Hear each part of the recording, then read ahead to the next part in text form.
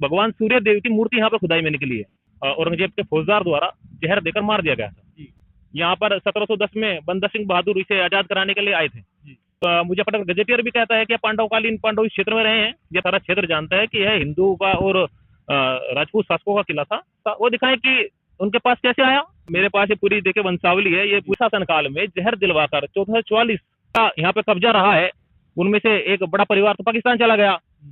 ये दिखाएं प्रमाण है तो दिखाएं, पेश करें। हमने सब कुछ पेश किया है प्रमाण। और चंद्रभांग सिंह ने मनारगढ़ में तालाब खुदवाया। देखिए साहब, संभल चंदोसी में तो अभी रिसेंट ही मामला हुआ है, जो कार्रवाई कर रहे हैं। तो यहाँ पे किसी राजनीतिक नेता के दबाव में आने का कोई मतलब नहीं बैठता। यहाँ देखिए किले के चारों तरफ सूर्यवंशी के गाँव में जो प्राचीन कुएं हैं, इनकी खुदाई करवाई जाए। यहाँ पे तो जलाल खान ने बदला नाम इसका साफ साफ लिखा हुआ है कि भाई 1444 राजपूत मारे गए थे। नमस्कार, स्वागत है आपका इंडिया एक्सप्रेस 24/7 में। मैं हूं प्रताप सिंह राठौर। जलालाबाद में मनहार खेड़ा किला को लेकर एक विवाद पैदा हुआ है और उसमें जो राजपूत समाज के लोग हैं ये बोल रहे हैं कि जो मनहार खेड़ा किला यहाँ पर जलालाबाद में स्थित है ये हमारा है और इसमें एक राजा हुए हैं, उनके जो सैनिक थे उनकी हत्या करके इस किले पर कब्जा कर लिया गया था। तमाम बातों को लेकर हमारे साथ में जो मनहार खेड़ा दुर्ग किला समिति के जो सचिव हैं भानु प्रताप जी, हम उनसे बात करेंगे कि इस किले का क्या रहस्य है और किन बातों को लेकर जो ये विवाद उत्पन्न हो रहा है, क्या मामला है, क्या पूरा मामला है। सर, ये जो मनहार खेड़ा किला है इसको लेकर क्या विवाद उत्पन्न हुआ है और आपको कैसे पता है कि जो मनहार खेड़ा है ये आपके सूर्यवंशी जो है उनसे कैसे कनेक्ट है? देखिए, मनहार खेड़ा का इतिहास कोई आजकल का नहीं है। यह प्राचीन और पुरातन इतिहास है और हिंदू संस्कृति से और सभ्यता से जुड़ा हुआ इतिहास है। और अब तो बाल्यकाल से ही जानते हैं, हमारे पूर्वज भी हमें बताते आए हैं और सारा क्षेत्र जानता है कि यह हिंदू का और राजपूत शासकों का किला था, जिन्हें 1690 में जलाल खान नाम के क्रूर औरंगजेब के फौजदार द्वारा जहर देकर मार दिया गया था। तो इसमें तो कोई ऐसा ये नया मामला नहीं है, पूरा क्षेत्र जानता है इस विषय को। इस किले से संबंधित कुछ जानकारी आपके पास है जिस पे आप दावा कर रहे हैं कि ये किला हमारा था? किस तरीके से आप दावा कर रहे हैं, क्या तथ्य आपके पास है? देखिए, हिंदू संस्कृति में वंशावलियां चलती हैं, पुरानी वंशावलियां होती है जो कि कोर्ट द्वारा भी मान्य होती हैं। हमारे पास अपनी प्राचीन वंशावली है जिसमें हमारी पूरी वंशावली ऊपर के राज्य से लेकर अंतिम राजा और आज तक के वंश तक वो है मेंटेन है। दूसरा, सिख इतिहास में इसका जिक्र है। यहाँ पर 1710 में बंदा सिंह बहादुर इसे आजाद कराने के लिए आए थे। जब हिंदू और सिखों द्वारा क्रूर जलाल खान की शिकायत उनके पास गई तो वो यहाँ इसे आजाद कराने के लिए आए और 20 दिन उन्होंने किले का घेरा रखा। लेकिन ऐसा हुआ कि कृष्णा नदी में बाढ़ आ गई और बरसात के दिन से तो उन्हें वापस जाना पड़ा। तो सिख इतिहास में वर्णित है और हमारे वंशावली में वर्णित है। मुजफ्फरनगर गजेटियर भी कहता है कि पांडवकालीन पांडव इस क्षेत्र में रहे हैं। यह पांडवकालीन सभ्यता से जुड़ा है और महाभारतकालीन कुएं यहाँ पर हैं, आज भी अस्तित्व में। आप जाके देखें और उन कुएं में जो रानियों ने जोहर किया है उस समय, यहाँ पर सबसे बड़ा प्रमाण एक और मिलता है। भगवान सूर्य देव की मूर्ति यहाँ पर खुदाई में निकली है और यह बहुत बड़ा प्रमाण है कि यह सूर्यवंशियों द्वारा पूजा जाने वाला एक संकेत है कि यहाँ सूर्यवंशी शासकों का यहाँ पर राज्य था। और आप देखें किले के चारों तरफ सूर्यवंशियों का गाँव है आज भी। इससे बड़ा संकेत तो इसका कुछ या प्रतीक कुछ नहीं है। मौजूदा विधायक अशरफ अली जी भी उस किले में विराजमान है कई सालों से, कई वर्षों से। वे भी अपने साक्ष्य दे रहे हैं कि हमारे पास एविडेंस है और हम भी दाखिल करेंगे। तो कहाँ तक उनके एविडेंस कारगर होंगे? देखिए, ये सब जानते हैं जलाल खान 1690 में यहाँ पे आए। उससे पहले हिंदू शासकों का यहाँ पे राज था। वो दिखाएं कि उनके पास कैसे आया। उनके पास ये कैसे आया। जिनका यहाँ पे कब्जा रहा है उनमें से एक बड़ा परिवार तो पाकिस्तान चला गया। 50% से अधिक संपत्ति पे जिसका कब्जा था जलाल खान के, अब्दुल सत्तार, गुलाम कादिर, वो तो पाकिस्तान चले गए। इन पे के पास ये कैसे आ गया? फिर ये दिखाएं प्रमाण है तो दिखाएं, पेश करें। हमने सब कुछ पेश किया है, प्रमाण लगा के सब कुछ दिए हैं।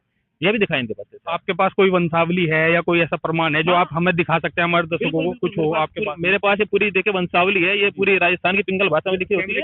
दिखाइए। देखिए आप, ये पूरी वंशावली आप देख लीजिए। करमचंद थे, राजा करमचंद, ये भिवानी के जो है जट्टू तंवर वंश में भी आए थे। सुभाग देवी इनकी पत्नी थी। उनके पुत्र हुए उदय सिंह जो मनारगढ़ की गद्दी पर बैठे। उनका फिर एक भाई उनके भापसी बैठे, गांव भापसी सहारनपुर बैठे। आगे चलकर उदय सिंह के फिर जगरूप सिंह हुए, बिहारी सिंह हुए, चंद्रभान सिंह हुए और चंद्रभान सिंह ने मनारगढ़ में तालाब खुदवाया। देखिए साहब लिखा है इसमें। उनके फिर आगे जाके भिक्कन सिंह हुए। भिक्कन सिंह की औरंगजेब के साथ लड़ाई थी। भिक्कन सिंह का ही औरंगजेब के साथ विरोध था। और इनके बेटे गोपाल सिंह हुए, उनके बेटे बीका सिंह हुए। गोपाल सिंह अंतिम राजा यहाँ पे हुए। इन्हीं के शासन काल में जहर दिलवाकर 1444 हिंदू की हत्या की गई थी यहाँ पे। और राजा भिक्कन सिंह के साथ 110 जवान जो लड़ाके थे वह मारे गए थे और सब परिवार यहाँ सब कुछ खत्म कर दिया गया था। केवल एक रानी बची थी, गोपाल सिंह के पोते तो अपने मामा के यहाँ हुए थे, उन्हीं से आगे वंश चला था। अदरवाइज यहाँ सब कुछ उन्होंने, सब परिवार हिंदू सब खत्म कर दिया था इन्होंने परिवार। तो अशरफ अली जी का इनका परिवार कब से रह रहा है? वो तो ये बताएं उन पे कैसे आया 1690 में औरंगजेब का कमांडर जलाल खान का यहाँ पे वो कब्जा हुआ यहाँ पे। उसके बाद तो फिर अब ये बताइए इनका जलाल खान से क्या संबंध है, कैसे इनका संबंध हुआ।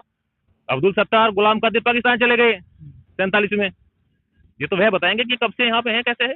तो आपकी समिति कब से काम कर रही है? इसमें पहले भी कुछ मामला उठा था, फिर बीच में थोड़ा स्लो हो गया, अब फिर दोबारा हो रहा है। क्या ये वो तो नहीं है कि संभल में भी हो रहा है और चंदोसी में भी, बदायूं में भी, ये जो पुराने मंदिर है उन्हें उनकी खुदाई चल रही है? देखिए संभल चंदोसी में तो अभी रिसेंट ही मामला हुआ है, समिति तो बहुत पहले से कार्य कर रही है। 2020 में समिति रजिस्टर हुई थी और हमने रजिस्टर्ड करा के इस पे जो है हमें ज्ञापन भी दिया था। पिछले साल हमने ज्ञापन दिया था मुख्यमंत्री जी को, सब प्रमाण लगा के माननीय मुख्यमंत्री जी को हमने ज्ञापन दिया हुआ है इसी समय।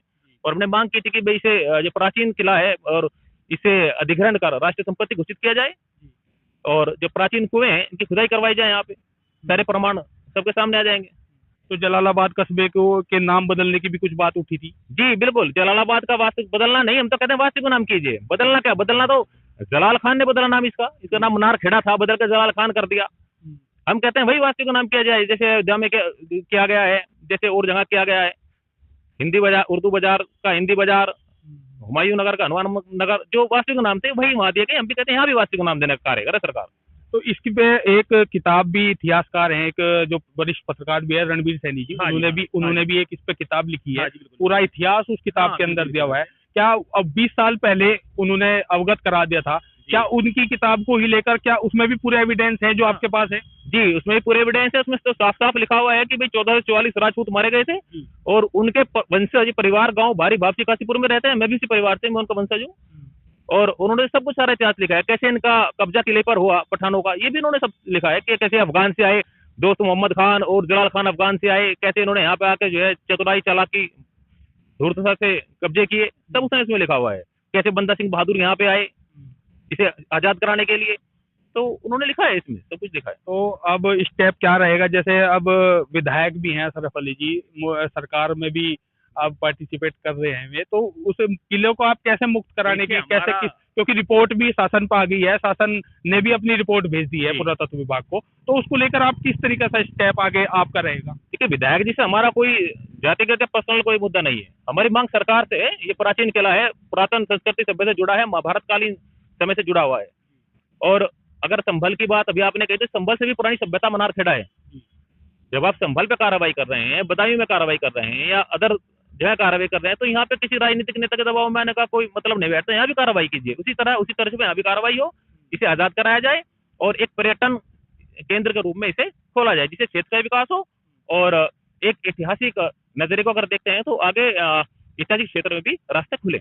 अच्छा, आपकी सामने डीएम से भी बात हुई कोई इस संबंध में? क्योंकि इनके पास भी लेटर आया था, उस समय तो प्रशासन ये कह रहा था कि अभी हमारी जानकारी नहीं है, आप रिपोर्ट भी लगा के भेज रहे हैं। क्या आपकी डीएम साहब से भी बात हुई इस संबंध में? जी डीएम साहब से मिले थे, उन्होंने तो रिकमेंड किया था इसमें कि रिपोर्ट लगा के भेजिए आगे। जी तो आगे अब समिति का क्या स्टेप रहेगा आपकी समिति का? अभी तो हमने स्टेप ले लिया, अभी तो हमने स्टेप लिया है। ये जो रिपोर्ट हमने यहाँ से गई है, आगे हम तो अब तो स्टेप पुरातत्व विभाग लेगा और सरकार लेगी। अब तो हम इसी का वेट कर रहे हैं, सरकार क्या स्टेप लेती है, पुरातत्व विभाग क्या स्टेप लेता है, फिर उसके बाद उसकी आगे की योजना बनाई जाएगी। तो अभी 1 तारीख में भी तमाम हिंदू संगठनों ने एक दावा किया है कि हम आके यहाँ पे सैकड़ों की संख्या में ज्ञापन देंगे, तो आपको इस चीज का अवगत है, आप जानकारी है? स्वागत है, जो भी हिंदू संगठन आना चाहते हैं, देखिए सभी का स्वागत है, हिंदू भी हैं जो अदर्स भी हैं, सभी का इसमें स्वागत है। अगर ये तो सत्य और न्याय की लड़ाई है, इसमें कोई ऐसा बात नहीं है और हमारी कोई व्यक्तिगत या जातिगत लड़ाई की इससे नहीं है। प्राचीन सभ्यता, प्राचीन विरासत है, सरकार से राष्ट्रीय संपत्ति घोषित करके इसे अपने अंडर में ले। तो आप इसके पैरवी के लिए कब से लगे हुए हैं? जो ये दुर्ग समिति आपने बनाई है, कब से पैरवी कर रहे हैं? देखिए लगे तो हम काफी पहले से हैं, लेकिन हम 2020 से इसमें रजिस्टर कराई है, हमने धरातल पर इस पर काम करना शुरू किया और उसके बाद हमने सब एविडेंस कलेक्ट किए, क्योंकि क्षेत्र में तो सब लोग जानते ही थे। लेकिन एविडेंस तो उनके पास भी है जी, वो हमने विधायक जी के पास भी जी बिल्कुल एविडेंस है, तो दिखा देंगे, उसमें क्या बात है। हमने तो दिखा दिया, हमने सब एविडेंस हम पेश भी कर चुके हैं। हमने माननीय मुख्यमंत्री जी को ज्ञापन लगाकर भी इसमें साथ दिया था, पिछली बार दिया था, तो एविडेंस है तो दिखा दें, उसमें क्या है। तो 1 तारीख में यहाँ पे जो आगे ज्ञापन दिया जाएगा उसमें आप भी सम्मिलित रहेंगे? हाँ जी बिल्कुल, हम रहेंगे उसमें, हमारी तरफ से ज्ञापन जाएगा और मुख्यमंत्री जी को बोला जाएगा भाई जिस तरह दूसरी जगह कार्रवाई चल रही है संस्कृति सभ्यता को बचाने के लिए, उसी तरह मनार खेड़े में भी कार्रवाई हो तो उस किले के अंदर आप भी गए होंगे, तो उसमें आपने क्या क्या चीज ऐसी देखी कि आपको लगा कि हाँ ये हमारे पूर्वजों की इस चीज में, यानी कि इसमें हमारे वे सम्मिलित थे। आपने गए तो होंगे किले में, तो आपने क्या क्या चीज देखी? देखिए किला तो बहुत प्राचीन है, महाभारत कालीन किला है। आप देखे तो आप भी देख के जो समझ जाएंगे ये आज या कल का 300-400 साल का नहीं है। तो आज ही वही वास्तविक गुम्बद है वहाँ पे, आज ही वही कुआं। हमारे तो बड़े बताते हैं बचपन से ही कि कुएं में मार कर काट कर डाल दिया गया था। मैं तो खुद वास्तविक कुआं देख के आया हूँ, केवल बड़ों की सुनी हुई बातों पे विश्वास नहीं। मैं गया हूँ, मैंने देखा कि वाकई में ही क्या ऐसा कुआं है वहाँ की जिसमें बताते थे कि हमारे बड़ों को मार के डाल दिया गया था। लेकिन आज वो कुआं वहाँ पे ऐसे बावला कुआं बोला जाता है। ठीक है, मंदिर मन्हारान है भाई। मन्हारान का मतलब क्या है? मन्हार खेड़ा है जुड़ा मंदिर मन्हारान प्राचीन। अंदर मंदिर भी अंदर अंदर मंदिर भी अंदर मंदिर मन्हारान किले की जमीन में अटैच है। अच्छा अच्छा। ये उत्तर दिशा में मंदिर मन्हारान है। और मंदिर मन्हारान के उत्तर दिशा में बताते हैं कि कुछ हमारे बड़ों को काट के वहां भी दफनाया गया है, जो हमारे बड़े बताते आए हैं और जो क्षेत्र में भी लोग जानते हैं। तो हम तो गए हैं अंदर, देखा है। अंदर पंचदरा है जहाँ पहले हिंदू राजाओं की बैठक चला करती थी, वो सब साक्ष्य अंदर है। तो आप पूरे एविडेंस के साथ अपने साथ पर अड़े हुए हैं, समिति जो आपकी है पूरी एविडेंस? ये तो बिल्कुल पूरा एविडेंस आपके पूरे पास? एविडेंस हमारे पास है। हमारे पास एविडेंस की कोई कमी नहीं है, सब एविडेंस हमारे पास है। और हम माननीय मुख्यमंत्री जी से यही प्रार्थना करेंगे कि जलालाबाद को उसका वास्तविक नाम मन्हारखेड़ा दिया जाए और किले और से संबंधित प्राचीन विरासतों को राष्ट्रीय संपत्ति घोषित कर उसे संरक्षित किया जाए।